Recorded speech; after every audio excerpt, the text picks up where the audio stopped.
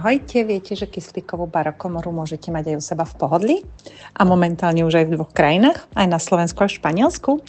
V tomto videu vám ukážem, ako prebieha montáž barokomory u zákazníka. Áno, v Španielsku je to jednoduchšie, môže to byť vonku na prikrytej terase.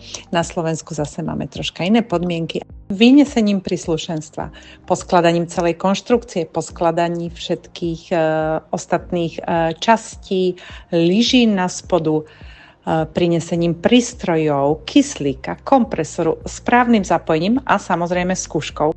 Po skúške už iba zaučíme klienta a celú jeho rodinu, prípadne aj zvieratka, ako sa môžu regenerovať a ozdravovať v barokomore a už si môžete užívať v pohodlí domova bez dochádzania kamkoľvek a za oveľa lepšiu cenu.